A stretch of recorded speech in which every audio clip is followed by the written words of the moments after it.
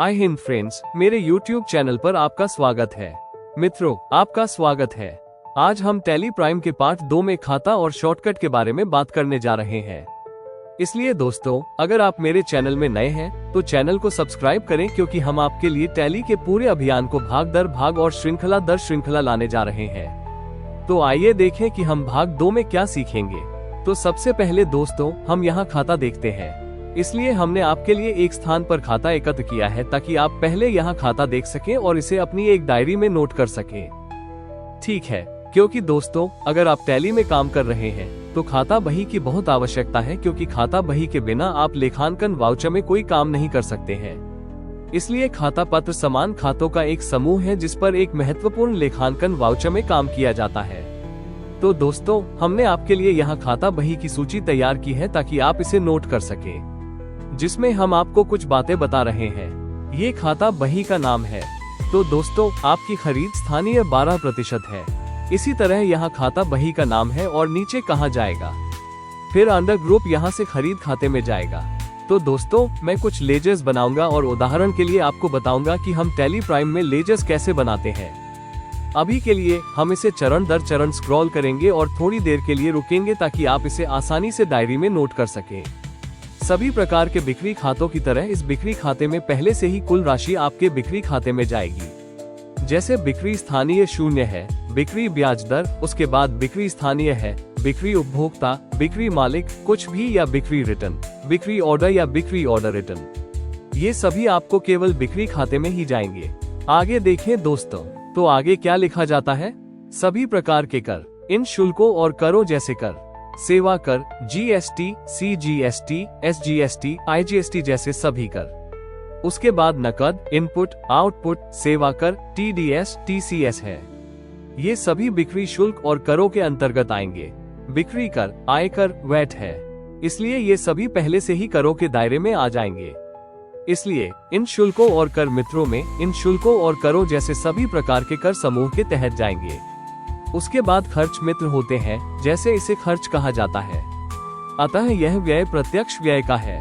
इसे श्रम, बिजली के बिल जैसे प्रत्यक्ष खर्चों में डालें। उसके बाद लागत शुल्क, गाड़ी और वॉट होता है।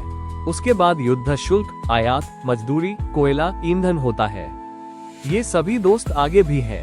कोयला, ईंधन, गैस, पानी, कारखाना, ये सब वहाँ है। निर्यात शुल्क, मजदूरी, वितरण शुल्क है। ये सभी मित्र प्रत्यक्ष खर्च में जाएंगे। अब इस तरह के सभी प्रकार के अप्रत्यक्ष खर्चों को देखें। वेतन, किराया खर्च, खराब ऋण, मुद्रण है। ये सभी लेखा परीक्षा शुल्क है। उसके बाद ब्याज, खर्च, जुर्माना, वफादारी होती है। ये सभी मित्र आपको अप्रत्यक्ष खर्चों और अन्य सभी शुल्कों में दिखाई देंगे। शुल्क में नमूने, बीमा, ब्याज, आग से होने वाला नुकसान, डाक शुल्क, टेलीफोन शुल्क, बिजली बिल, खराब ऋण शुल्क का नुकसान शामिल है। उसके बाद कॉफी का खर्च आता है। साथियों, इन सबको आपको अप्रत्यक्ष खर्चों और अप्रत्यक्ष आय में कहाँ लगाना है। दोस्तों, आपको इस विषम छूट, ब्याज रसीद, छूट रसीद जैसी सभी प्रकार की आय मिलेगी। उस कमीशन रसीद के बाद ये सब आपकी अप्रत्यक्ष आय में जाएगा, और यहाँ लाभ और हानि पर नकद पहले से ही जमा किया जाता है। तो दोस्तों, एक बात ध्यान में रखें कि ये 2 खाते जो आप देख सकते हैं, लाभ और हानि खाते पर नकद, आपको इन्हें टैली प्राइम में बनाने की आवश्यकता नहीं है, क्योंकि ये पहले से ही बनाए गए हैं। इसलिए आपको ये खाता बनाने की आवश्यकता नहीं है। आगे देखें दोस्तों, मैं आपको बैंक खाते के बारे में एक साधारण सी बात बताता हूँ। साथियों, बैंक SBI, HDFC, बॉय किसी भी बैंक जैसी किसी भी कंपनी का हो सकता है। ये हमेशा बैंक खाते में जाता है। इसलिए चाहे वो साधारण बचत हो या FD या आपका चालू खाता, इसे बैंक खाते में डालना होगा। यह एक साधारण सी बात है। उदाहरण के लिए, अगर बैंक खाते में SBI बैंक है, तो बैंक खाते में B बैंक है, फिर बैंक खाते में कोई भी बैंक है। उसके बाद अगर कोई डिपॉजिट फ्रेंड जैसे सिक्योरिटी, इलेक्ट्रिसिटी, रेंट डिपॉजिट है, तो इस तरह की हर तरह की डिपॉजिट अकाउंट में जाएगी। यदि यह पूंजी खाते में है, तो ये शेयर पूंजी है। उसके बाद भागीदार पूंजी है, भागीदार वर्तमान पूंजी है, संपत्ति पूंजी है, ड्राइंग है, जीवन बीमा है, इक्विटी पूंजी है, भागीदार पूंजी खाता है। ये सब आपके पूंजीगत खाते के दोस्तों के पास जाएंगे। उसके बाद वर्तमान परिसंपत्तियों को लिखें। आपके पास किसी भी प्रकार की परिसंपत्ति की तरह कई चीजें परिसंपत्तियों में आती हैं जिन्हें वर्तमान परिसंपत्ति कहा जाता है। पूर्व भुगतान की गई संपत्ति या किराया, उसके बाद ब्याज, बिल प्राप्य, अर्जित आय, mutual fund, CGST, SGST, IGST जमा किया जा रहा है, फिर यह वर्तमान संपत्ति में जाएगा। देनदारियों में, यदि आप किसी पक्ष से खरीद रहे हैं या आप उसे भुगतान कर रहे हैं, तो यह आपके लिए विभिन्न लेनदारों के पास जाएगा। इसका मतलब है कि यदि आप किसी पक्ष से खरीदते हैं या आप उसे भुगतान करते हैं, तो यह आपके लिए समूह के तहत विविध लेनदार बन जाता है। और यदि आप किसी भी पक्ष से प्राप्त करते हैं या बेचते हैं, तो वो विविध देनदार बन जाता है। यहाँ ध्यान दें, ठीक है। इसके बाद ऋण अग्रिम है, ये सब ऋण और अग्रिम में जाएगा। ऋण देनदारियां हैं, ये ऋण देनदारियों में जाएगा। और ये परिसंपत्तियां फर्नीचर जैसी अचल परिसंपत्तियां हैं, वो वर्तमान संपत्ति थी। इन दोस्तों से पहले ये फिक्स्ड एसेट आपकी मशीनरी, प्लांट, मोबाइल, कंप्यूटर, जमीन और building, car, scooter, laptop, printer, ये सब आपकी फिक्स्ड एसेट में जाएंगे। मैं आपको बैंक खाते के बारे में पहले ही बता चुका हूँ। ओडी ओवरड्राफ्ट है, ये बैंक ओवरड्राफ्ट में जाएगा। उसके बाद शाखा विभाजन होता है। इस शाखा प्रभाग में आपका भुगतान नकद हाथ में नकदी में चला जाता है। निवेश में किसी भी प्रकार का निवेश जैसे दीर्घकालिक निवेश, आविष्कार, बॉन्ड, ये सब आपके निवेश में जाएगा। हाथ में स्टॉक दोस्त है, किन शेयरों में, बंद होने वाले शेयरों में, ये सभी आपके शेयरों और सभी सस्पेंस आदि में जाएंगे। ये सब लिखिए। सुरक्षित ऋण है, इनका उपयोग सभी चीजों के लिए किया जाएगा दोस्तों। इसके बाद असुरक्षित ऋण है, इसे असुरक्षित ऋण में लिखें। सुरक्षित ऋण लिखें। उसके बाद आरक्षित अधिशेष यहाँ लिखा गया है, ये समूह के तहत है। ये सामान्य आरक्षित, पूंजी आरक्षित है, ये सब आपके पास जाएगा। ये प्रावधान है। तो दोस्तों, ये सब यहाँ आप रविवार के देनदार करते हैं, सभी पार्टी बिक्री या आप इसे प्राप्त करते हैं। यह विभिन्न प्रकार के देनदारों के पास जाएगा। राज, सोनू, मनु, अनिल, सुनील, मुनल जैसी किसी भी पार्टी का नाम चाहे जो भी हो, वो कर्जदारों में चला जाएगा। ये कब जाएगा? जब आप इसे बेच रहे हो या आपको इससे पैसे मिल रहे हो। उसके बाद आप ये सब बातें लिखेंगे दोस्तों। यह अंत में किया जाता है। तो यहाँ आपके खाते का कुल विषय है। तो दोस्तों, हम टैली प्राइम में ये खाता कैसे बनाते हैं? चलो इसे दोस्तों देखते हैं। इसलिए एक खाता बनाने के लिए सबसे पहले हमें टैली प्राइम फ्रेंड्स को चालू करना होगा। यहाँ से हम एक नई कंपनी बनाने जाते हैं। यदि आपके पास कंपनी के दोस्त हैं, तो आप इसे दोस्तों को चुनने और खोलने के लिए जाते हैं। तो यहाँ से हम ABC नाम की एक कंपनी बनाते हैं। साहबगंज का पता दर्ज करें और आगे बढ़े दोस्तों। और यहाँ से हम चेंज कंट्री से इंडिया में प्रवेश करते हैं। तो दोस्तों, आप ये जानते हैं क्योंकि हमने आपको पिछले अध्याय में बताया था। तो हम यहाँ से क्या करेंगे? हम भारत में प्रवेश करते हैं। अंदर आए। यहाँ से हम बिहार में प्रवेश करते हैं। दोस्तों, पिन कोड नंबर 8,43,125 दर्ज करें और दर्ज करने के बाद मोबाइल, टेलीफोन, ईमेल, वेबसाइट आदि दर्ज करें।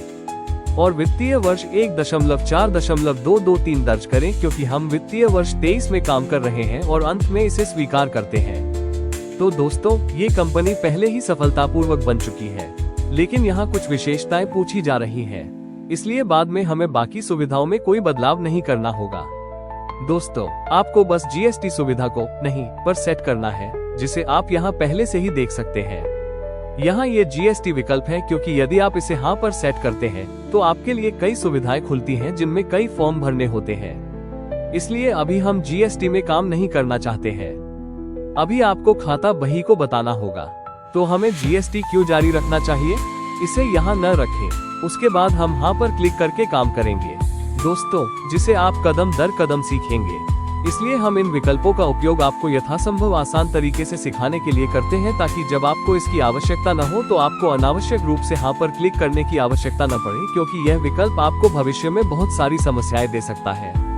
इसलिए हम इसे अभी के लिए नहीं रखते हैं और अंत में इसे स्वीकार करते हैं। साथियों, जब जरूरत पड़ेगी तो हम कदम दर कदम सब कुछ चालू करेंगे और आपको बताएंगे कि जब हम इसे चालू करेंगे तो क्या होगा। तो आपके टैली प्राइम में इसका क्या प्रभाव पड़ता है? तो यहाँ आपका टैली मास्टर पेज है जिसे आप देख सकते हैं।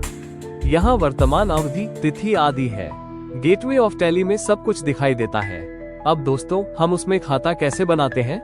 मैंने आपको सही कहा है कि आपको इतना खाता बनाना होगा। आपको काम के अनुसार इसकी आवश्यकता होगी। लेकिन अभी के लिए आप सीखेंगे कि हम कंप्यूटर आई में खाता कैसे बनाते हैं। टॉल प्राइम, इसलिए इसे बनाने के लिए आपको यहाँ से गेटवे ऑफ टैली के क्रिएट विकल्प पर जाना होगा। क्रिएट विकल्प पर जाने के बाद दोस्तों अकाउंटिंग मास्टर का कुछ विकल्प दिखाई देगा, कुछ इन्वेंट्री मास्टर विकल्प दिखाई देंगे और कुछ कहानी विवरण दिखाई देंगे। तो यहाँ हमें अकाउंटिंग मास्टर की आवश्यकता है, जिसमें आपको यहाँ खाता बही का विकल्प दिखाई देगा। इसलिए जैसे ही आप यहाँ से खाता पर क्लिक करेंगे, एक बॉक्स खुलेगा जिसमें दो चीजों की आवश्यकता होगी, नाम और एंट्री ग्रुप। दोस्तों जो खाता मैंने आपको समझाया था उसमें मैंने केवल नाम और एंट्री ग्रुप का उल्लेख किया था।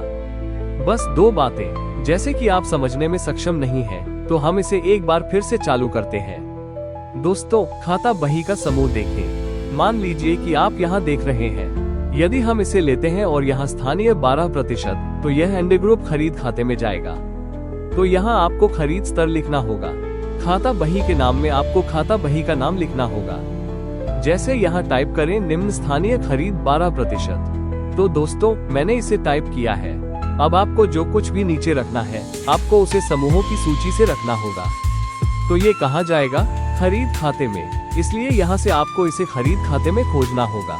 खोज करने और प्रवेश करने के बाद इसे स्वीकार करें। और दोस्तों इसमें कई विकल्प दिए गए हैं, इसलिए आपको विशेष रूप से सभी विकल्पों को पढ़ना चाहिए, लेकिन आपको अभी कुछ भी बदलने की आवश्यकता नहीं है। जो कुछ भी है आपको उसे वैसा ही करना होगा जैसा वह है, क्योंकि अगर आप पढ़ते और समझते रहेंगे तो बाद में मैं आपको बताऊंगा कि इस काम के लिए आपको इस खाते के साथ इस चीज को हाँ या नहीं रखना होगा, तो आप अच्छी तरह से समझ जाएंगे। इसलिए सभी चीजों को पढ़ें, लेकिन यहाँ आपको कोई अन्य बदलाव नहीं करना है और बस इसे स्वीकार करना है।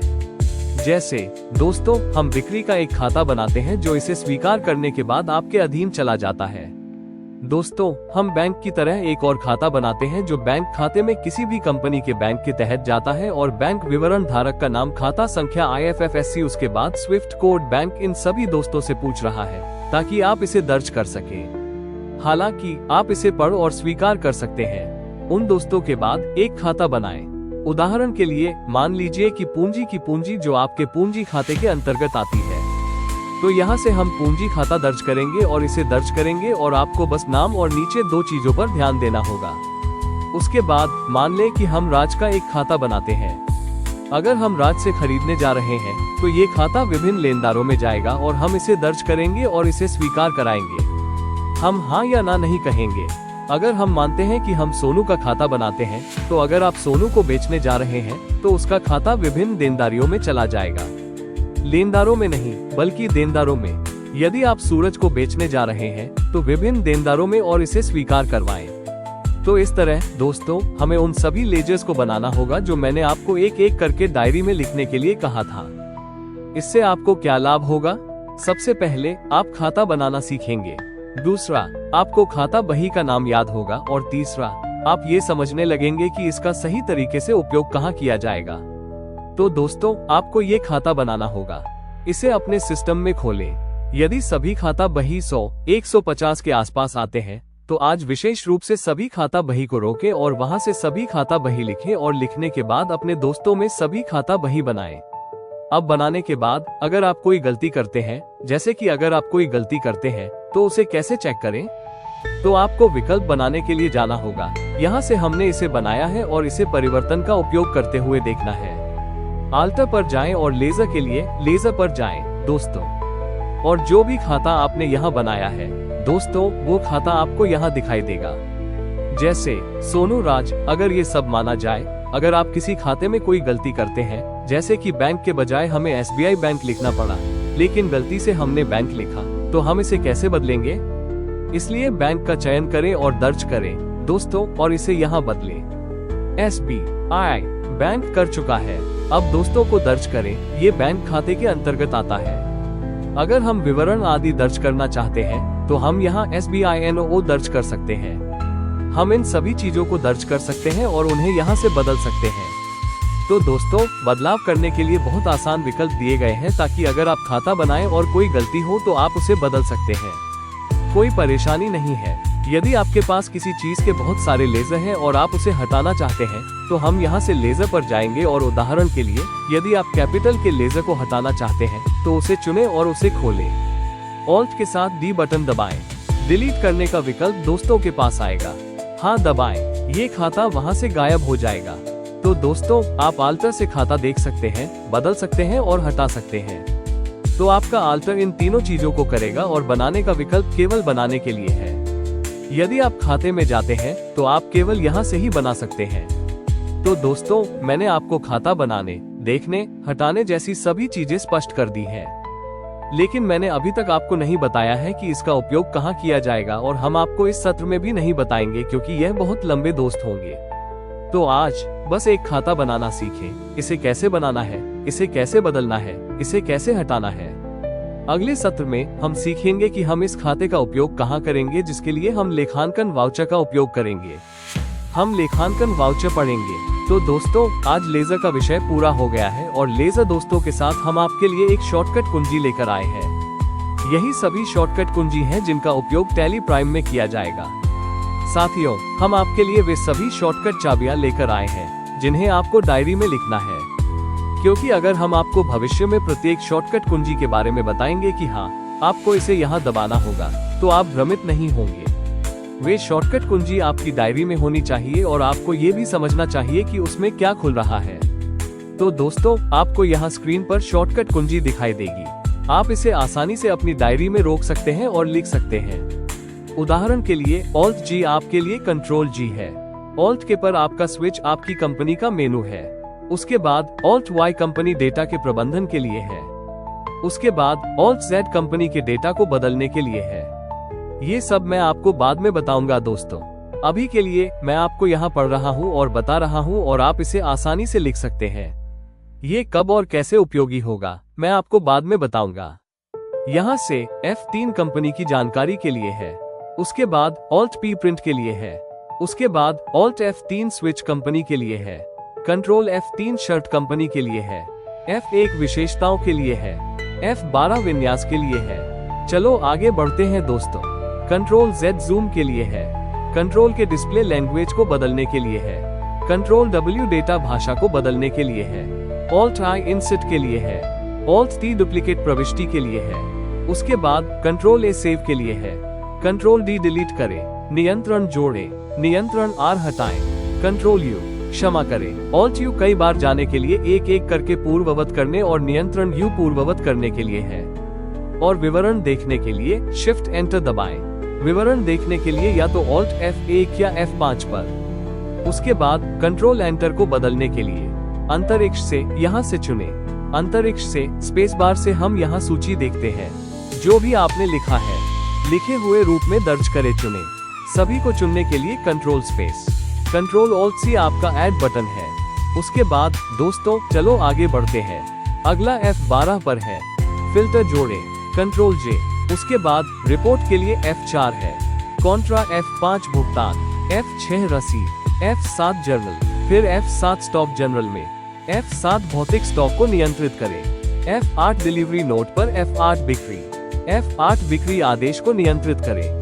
F9 रसीद नोट पर F9 खरीद। फिर F6 क्रेडिट नोट पर F9 खरीद आदेश को नियंत्रित करें। F4 समानांतर पर ऑल्ट F5 डेबिट नोट।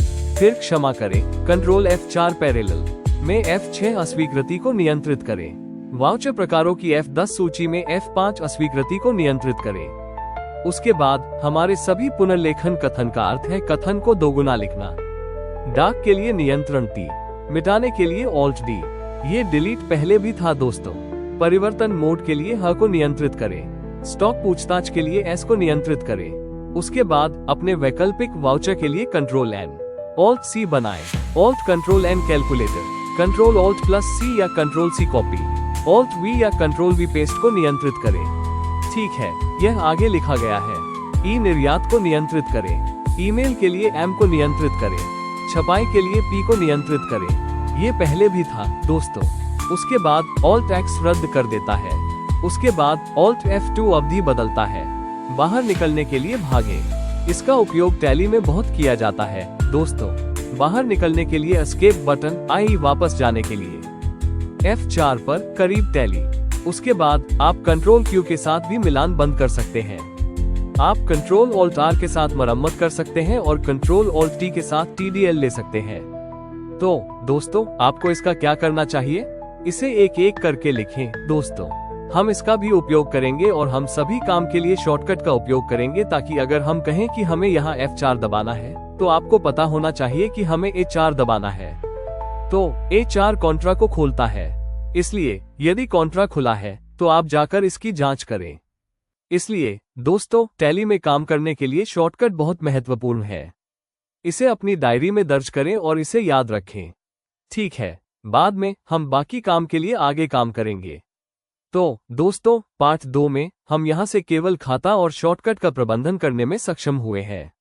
अब हम पाठ योजना 3 लाएंगे दोस्तों। उसमें हम आपको बताएंगे कि वाउचर प्रकार से संबंधित सभी वाउचर पर कैसे काम किया जाए। अगर दोस्तों आप चैनल में नए हैं तो इस चैनल को सब्सक्राइब करें, क्योंकि मैं आपके लिए ऐसे दिलचस्प वीडियो लाता रहूंगा। तब तक अपना ख्याल रखें। आपका दिन शुभ रहे। अलविदा। Thank you.